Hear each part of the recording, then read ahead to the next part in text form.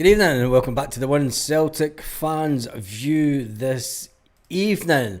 So, after last night's video, after watching that game last night, how do we all feel? Tell me in the chat how you feel about going to Kazakhstan. Well, how do you feel about Celtic going to Kazakhstan?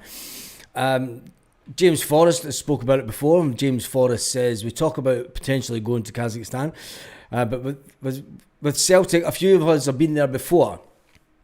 And we've never won in Kazakhstan. Can I just say that? A lot of people are saying that Celtic are favourites. Listen, Slovan Bratislava were favourites. And having watched pretty much the majority of both ties in the game, it's not going to be an easy game. We should beat them. We'll beat them at Celtic Park.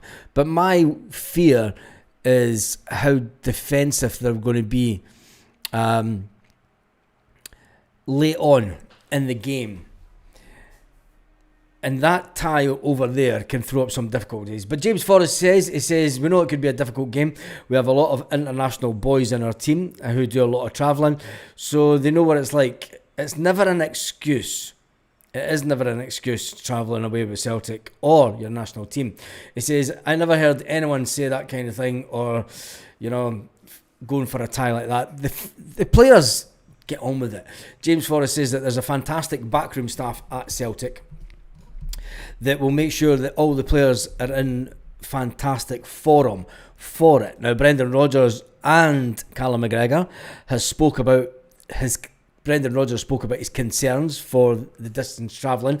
Are they more concerned about the game at Ibrox a couple of days later? Because that's the one that could really be affected.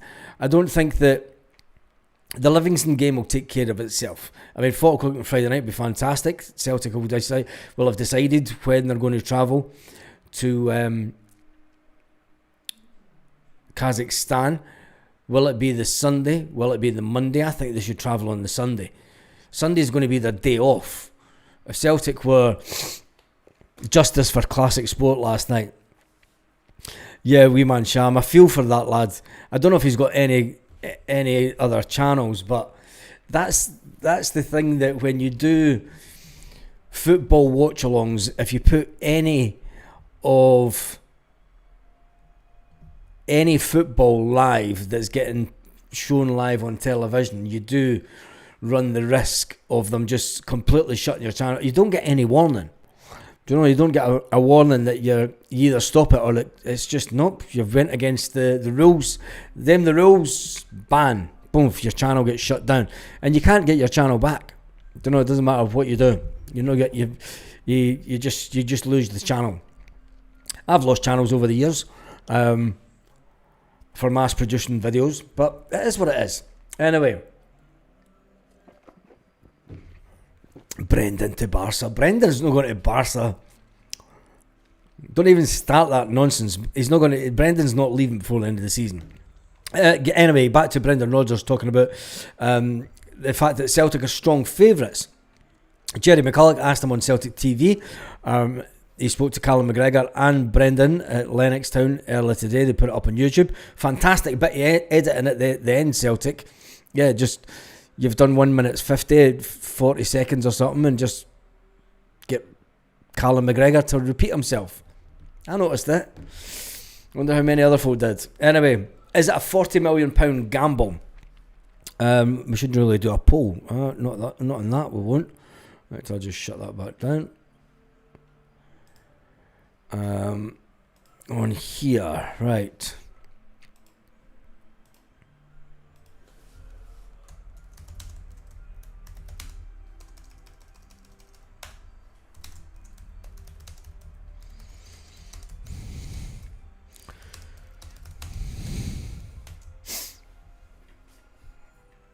There you go, there's your poll for the evening. Even though there's 200 folk online already, let's hope we can get this up to over 200 votes. Are Celtic taking a gamble on the Champions League? One, by not getting players in, and two, it's more the players, isn't it? It's the players' situation. Let's just say it's not qualifying for the Champions League. Would be unacceptable, says Paul. Yeah. It would be unacceptable. And it would be unacceptable to the board as well. Not just the Celtic fans. It would be unacceptable to the board. And do you know, that's maybe the turning point where the board go, oh, mate, it's happened before. You know? Is it a measured gamble? It's a gamble without signings. Is it a measured gamble?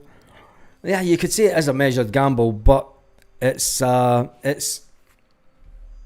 way that Celtic are, isn't it? And what type of player, if it is a gamble, what is the gamble they're taking, and what type of player will they bring in after it? That's what we all need to ask. And you know, I don't even want to think about the Champions League, about the transfer window now, because it is what it is, and I'm sure that it'll all be taken care of in the last week of the transfer window. Talking about the game, taking a gamble is an underestimate. Not too sure. I feel we'll breeze it, pump the Rangers, and then watch as they crumble. I'm not too sure. If we put 5 or 6 past them at Parkhead, then the return will take care of itself. Well, Brendan Rodgers spoke about that. Incidentally, we won a game against a team from Kazakhstan a few years ago. We won it very comfortably at Celtic Park, and then it ended up we conceded 4 goals in Kazakhstan. It's not going to be an easy place to go to. The intimidating stadium, it is a nice little small stadium. You know, when you take everything else into consideration, the way that they play, they're very defensive minded. On paper and on my heart, Celtic should rip that team apart. But then people thought that Slovan Bratislava would rip the team apart, and they never managed to. You know, a striker that Celtic had been linked with did absolutely nothing against this Kazakhstan team, which gives me the fear, because let's face it, we have Adam Ida, who's shooting blanks at the moment, and we've got Shin Yamada, who's unproven at this level, and then that's really it. As strikers, that's it. As strikers, I know. I mean, you can talk about the fact that Callum Osmond has he been demoted to the B team? I think the B team, that's his level right now. Having seen him in pre-season, I don't think that Callum Osmond is any better than B team level. I mean, there's a lot of good things coming out about his pace and everything. You could say the same about Daniel Cummins. You know, Daniel Cummins was a player that had all the potential, but decided to bugger off. So we need to wait and see exactly how Callum Osmond, actually how that works out for Celtic.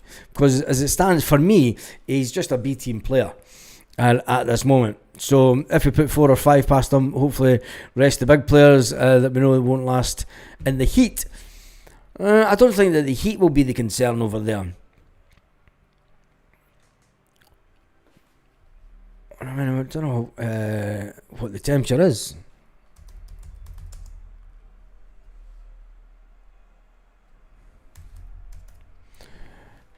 It's only 23 degrees.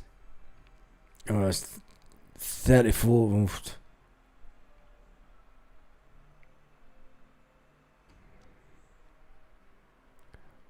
Choose area, Kazakhstan.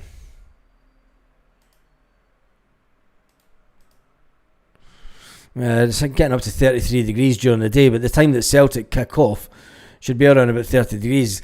Listen, they were used to it in pre-season. They were used to the, you know, this is why they have pre-season games. So if the off chance that they have to take the players to a place where it is going to be hot, you know, they've trained for it. And 30 degrees there. In fairness, the Conference League probably teams at that level. Is it though, Kieran? I'm not too sure, because Slovan Bratislava were in the Champions League last year, and people will say it, but they put them out in penalties. But if you watch the game, Slovan Bratislava was there for the taking. I think that the Slovan Bratislava keeper made the better saves They had better shots on target. Jed Johnson says, Baz, this team could shock us at Celtic Park by playing the low. They played the low block last night, Jed. They played it in the both legs against. It's not going to shock anyone. It's not going to shock me. I watched the full game when Slovan Bratislava were at home, when they were away from home. Sorry, and they played the low block, but they also had two chances to put the game to bed. The Slovan Bratislava keeper in the away leg had about 10 good saves. This is no mug team, and don't think that them playing the low block is going to be a shock. Most teams counter-attack us at their ground. Yeah, this team aren't going to do that, mate. They will go in. This I've said over the past couple of lives. I've said this team will be like a Motherwell. They'll play. They played 6 and 7 at the back last night. And that was away from home. Celtic mad. It's still up in the air with that one. It's still up in the air. That's all I'm going to say. But if Celtic get an offer, don't say I told you so. I think it's just a matter of timing. A matter of timing with that one. Bookie have them at 14-1. Would give you a 51 for them to beat us. I'm not even talking about them. Maida's head's gone. Let's not talk about that tonight. Maybe you're that kind of heat, but we in Scotland are not. But some of the players are used to it. Do you know what I mean? It's you can say that when players go away to play football, they know that they're going to have those temperatures. That's why I think Celtic will fly out on the Sunday. They'll fly out there on the Sunday so that it gives them a day to get used to the heat. If they fly out on the Monday, it's a bad move by Celtic. And it's only good that we've got the 3 o'clock kickoff on the Saturday. Get that game out of the way. Did the players go home, or did Celtic just say, no, you're staying at the hotel tonight again? For me, if I was Celtic, you would be trying to get either a late night Saturday night flight out to Kazakhstan after the game. Just get the game finished and get the Livingston game finished. Get straight on a flight, get over there, rest Sunday once you're there, let the bodies get into the heat and everything, train the Monday there. And I know that you usually arrive the day before and then train on the pitch, and then, but due to the distance involved, I think Celtic would, and Celtic might go, it's fucking going to cost so much for hotels and stuff. So what? It's a £40 million gamble, and even if we do win the game 3-4-0, which I think we will, at Celtic Park, I've put us down for 3+ goals at Celtic Park. I think that the away game and then coming back to the game at Rangers is the worry one, because Celtic will want to fly out they always fly out immediately after the game, or after a European game. Doesn't matter where we play.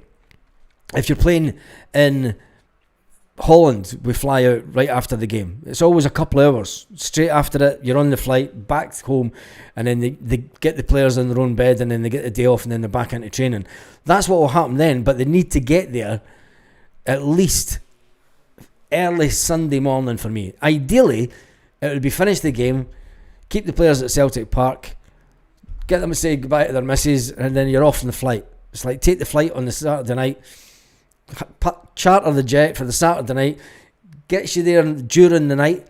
The players then get to sleep, but then Brendan Rodgers and that might think, right, let's just do an early morning flight. You can sleep on the plane. I'd definitely be sleeping on the plane. Christ, I've fell asleep on the plane before takeoff it sometimes.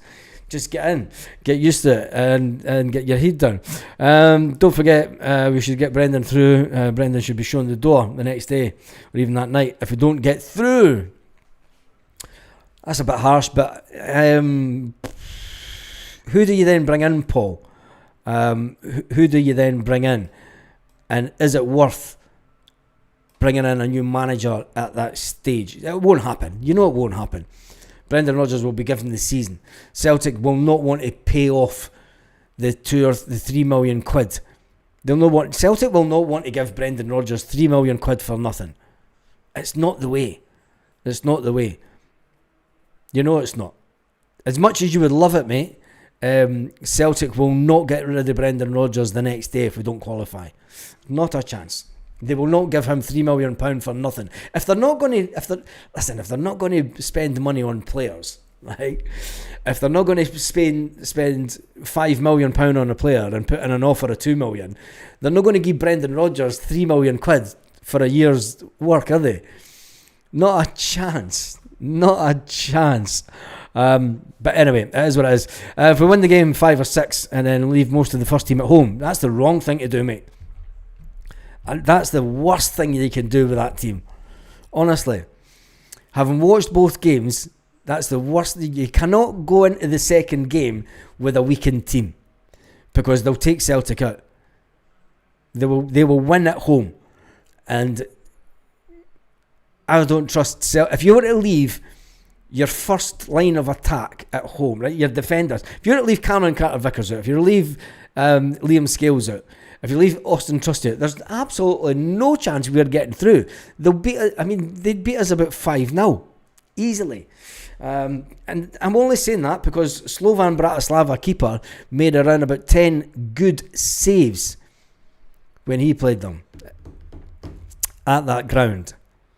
So anyway, don't you remember the 8-4 aggregate? Yeah, I know. Was it? No, it was 8. No, because we won the game by 2. Was it not 2 goals we won by? Baz, this will not be buying players because of walkout. No, it won't, Celtic mad. Celtic fans don't have the appetite to walk out in numbers. Maybe the Green Brigade and the boys would do some kind of protest, but the fan base do not have it within them to walk out of Celtic during the game. And what's it going to do? What's it going to prove walking out in a game? You know, it proves nothing. It gets the players... It gets the backup of the players. You're affecting the players then. So a walkout does nothing to the board. And the Celtic fans walk out with 10 minutes to go. As it is. You don't need any encouragement to leave early to get to their cars. So, but anyway. Why can't... let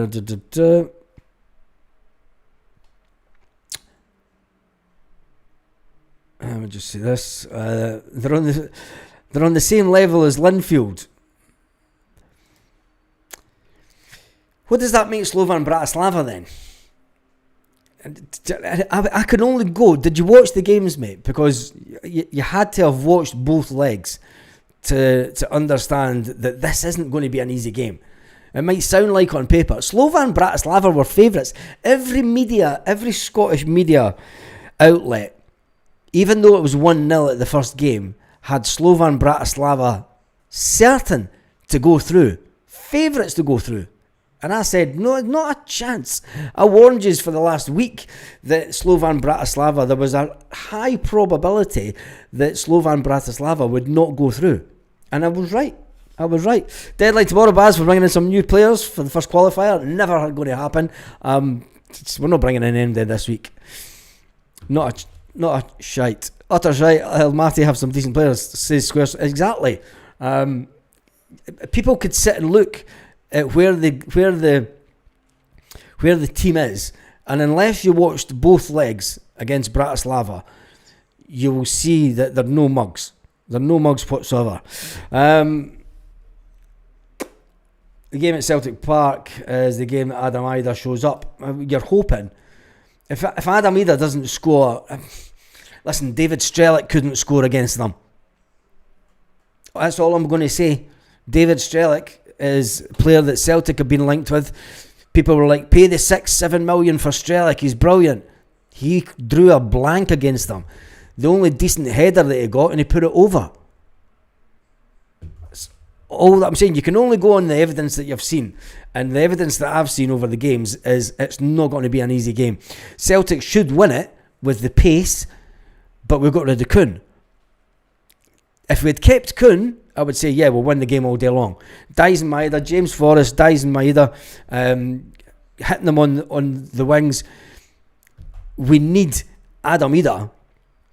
You need Adam Ida to be on his. But then you've got Kieran Tierney putting in crosses as well.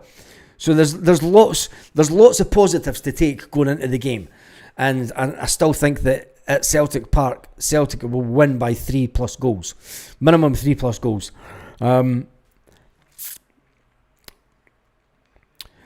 Paul was wrong. He thought Bratislava. Yeah, I can remember you saying that, mate.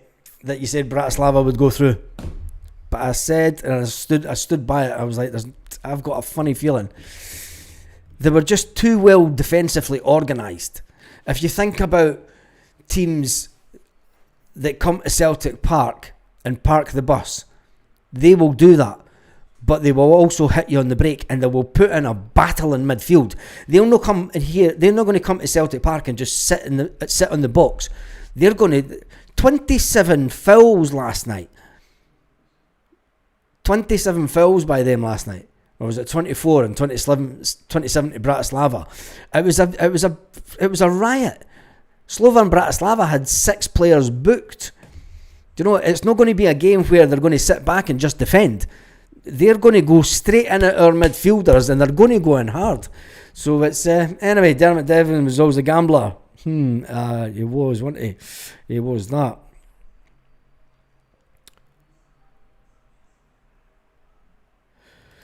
Wee Mitch, you legend. Hail, hail, Baz, 175 community. Hope everyone's well. Wee Mitch is the absolute star of the channel. So anyway, play Inamura at left back and play Tierney left wing and put Maid up front and that. Brian, that Inamura's not ready for a level of game at that standard. He's not. I think that Inamura would come inside too much. If Greg Taylor was playing that game, we would get slaughtered down that left side. That left side of Celtic, we would get absolute slaughtered like we've been done in many Champions League games last season. If you give this team, if you give them any space at all, they've got a bit of pace. And if you give them any kind of space at the back, Kieran Tierney's your man for getting back. And I think that it's going to be interesting. Anyway, and more Celtic news. Celtic have, UEFA have confirmed the kick-off times for both the games. The first game will be at 8 p.m. after the 7,000 mile trip. It will be 8 p.m. Celtic Park time when the home game.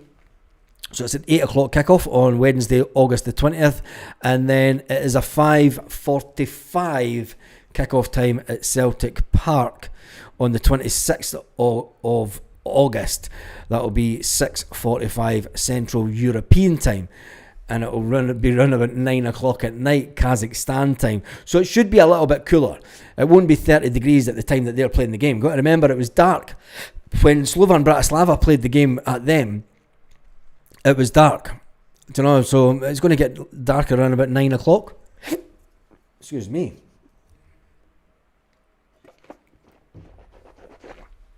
So it will have cooled down a bit. It won't be crazy 30 degree temperatures, that's for sure.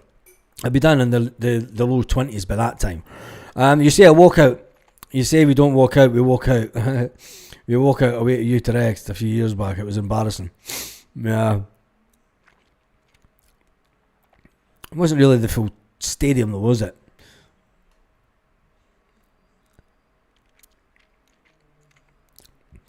Interesting comment from Gareth. He says that the Champions League is none of the sort. We shouldn't even have to play through qualifiers to get there. The Super League happened under everybody's noses, and nobody had a chance to complain about it. Yeah, mate, it's all day long.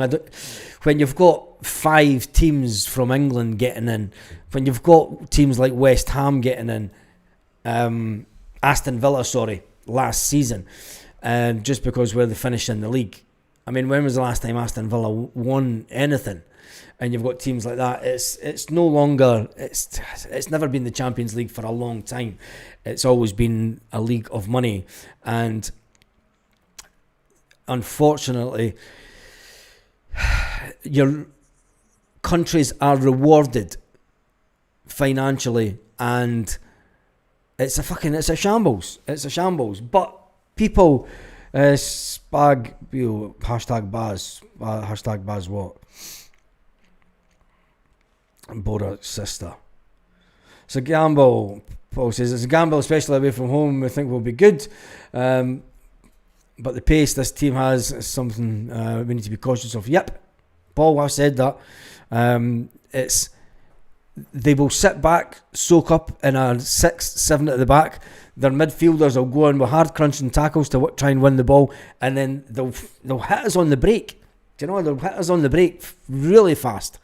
And Borat's sister is their mascot. The Champions League is no longer the Champions League. No, it's not. We can complain about it all day long, but it's one of those things. It's the money league. Do you know? I mean, even last year, you had some of the biggest teams in Europe complaining about the format of the Champions League now. The fact that it went to this league phase. Some of the bigger clubs in Europe didn't like the league phase.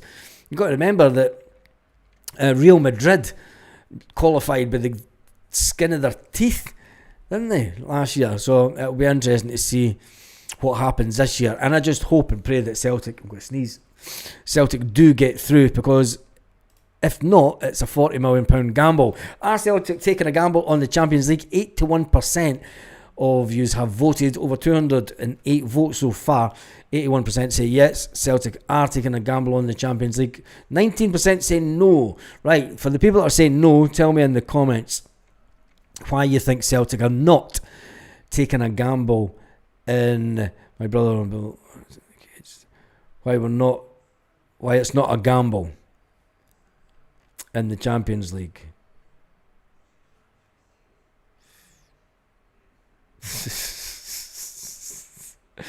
Oh jeez. Our late deals will leave us shite for the group phase. Yeah, it could do. It's a corruption league. Yeah, it is, Paul. It's a corruption league. It is a corruption league. They're rated lower than Hearts in Europe. Tell that to Slovan Bratislava. Where are Slovan Bratislava rated in Europe? People need to, do not go on ratings and do not go on whatever European, whatever. You have to look at the current form of the team and how they played over the two matches. And the way that they played over the last two matches against Slovan Bratislava were lucky to get away with a 1-0 win away from home. You say hit us on the break and then don't comment on our defence.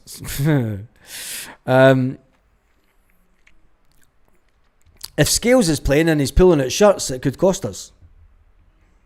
He's got Hearts. Hearts would give Slovan a game, Baz.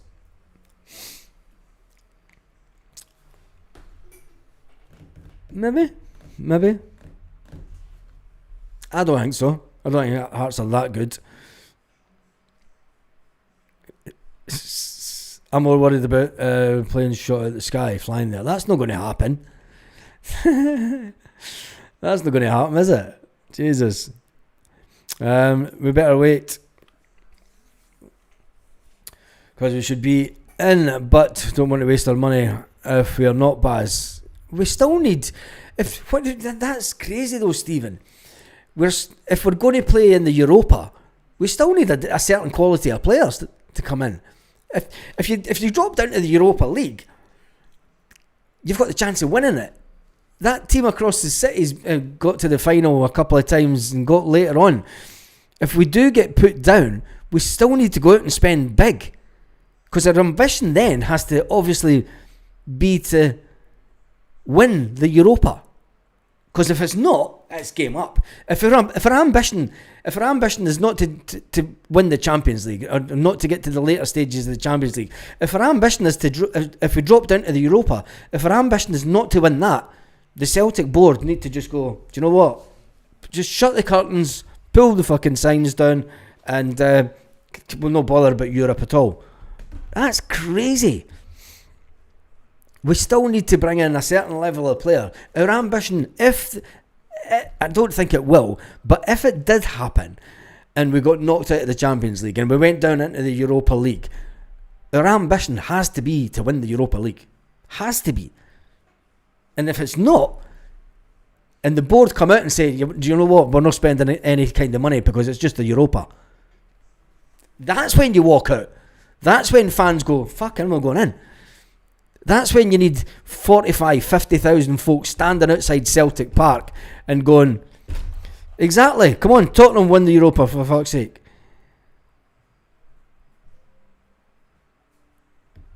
But as I think it'll be a tough away. Celtic needed to sort out the defence. Yeah, we need to sort out our defence. And I think that's why the young boy's been brought in from Man City. Listen, we haven't played anyone decent yet. No. Brendan returned because he wanted to compete in Europe, Champions League.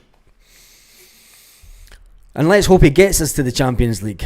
I'm still saying that we will get through. I've said all along we'll get through. But we need to make sure that we put the tie to bed in the first game. Baz, I'll see you. Over 200 Celtic fans have spent a fortune to get to Kazakhstan, yet the board won't tell us, sweet FA. Yeah.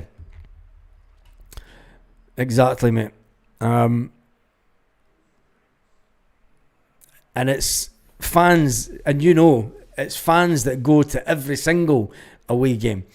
You know, and in Europe, I don't mean just in the SPFL. I'm talking about folk that go to every single game in the SPFL. And these are the guys that I know quite a few that do that. And these are the guys that, you know, at Celtic are their life. And the fact that the board are not going to tell us nothing. No doubt just a bollocks of a fixture. It is a bollocks of a fixture, but it's also a fixture that has 40 million pounds riding on it. And we seem to be taking a bit of a gamble. And people are saying, you know, if we dropped into the Europa, we shouldn't have the ambitions to win it. The team that won the Europa last year finished 17th in the English Premiership. Celtic wouldn't even finish 17th in the English Premiership. Not with the money they would get. Adam Eder's a traffic cone. Yeah, Craig, I seen, thought it was funny this morning, last night, because Paul was tagged in a post last night by someone that travelled with him the last time, and he said, I'm not travelling with you this time, I'm not getting stuck on a plane with you for 8 hours. Apparently we made an offer for Michael Ange, 5.5 million. We'll wait and see.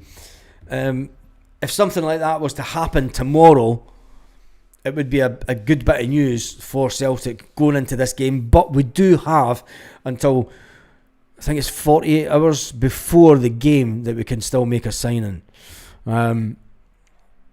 So we'll wait and see. Anyway, I'm going to wrap that. I've got 8 votes. I need 8 votes. There's been over 1,200 people on the live so far. There's 357 on. I need 8 votes to get it to 250 votes. Are Celtic taking a gamble on the Champions League? 80% say yes. Yeah, Paul, I wouldn't go to that European game either, to be fair. Baz, last night you said both teams were garbage. Yeah, they were. They were as bad as each other. It was a poor game.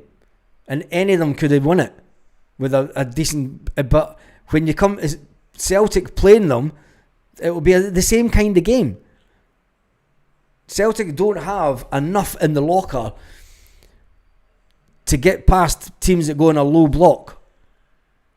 It was a dogged game in midfield. Both teams were stuck in midfield last night. Both teams made around about 400 passes through the whole game. That's how woeful it is. Celtic on an average game, make around 800 passes per game. Both the teams made, I think it was like 400 and odd passes each. And that was over 120 minutes. It was woeful stuff to watch. Apparently Banwishka is waiting to see if we get the Champions League. Well, if he's waiting, he's got another week. You had over 5,000 views last night. Incredible. Yeah, it was. It was fantastic, mate. It was good. I fully expect after that, 7 5 or 6 Rogers had. I think we'll make this. Yeah. Nah, we're not going to win it, but we're not going to win it. Let me just see these comments.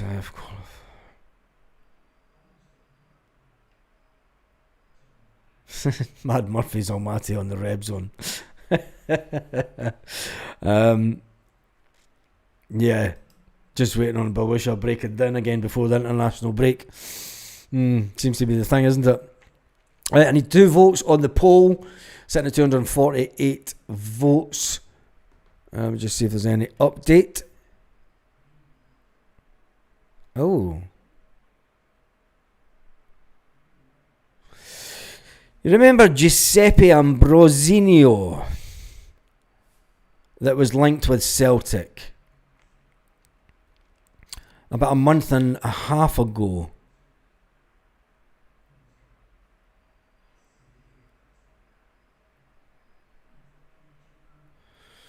Napoli have made a U-turn on his future.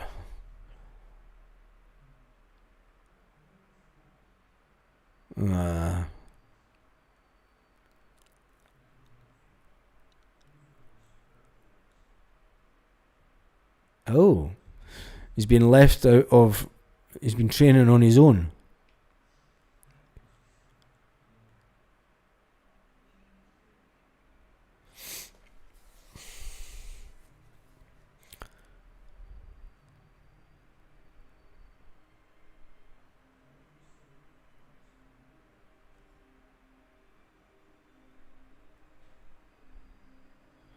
It's a nothing article. It's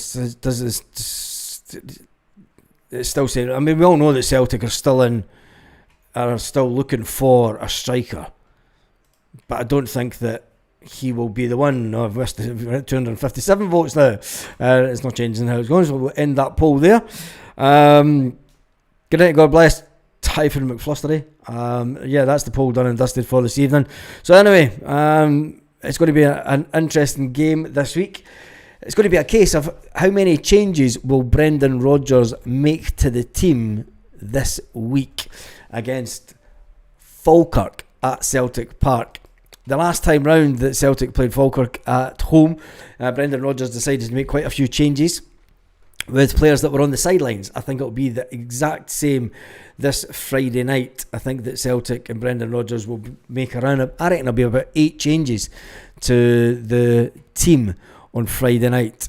Anyway, we can talk about that tomorrow, and we'll get our predictions in for that tomorrow evening. On that note, have an absolutely fantastic evening, Celtic fans, wherever you are, all around the world. Good night and God bless, says Jim McClarty.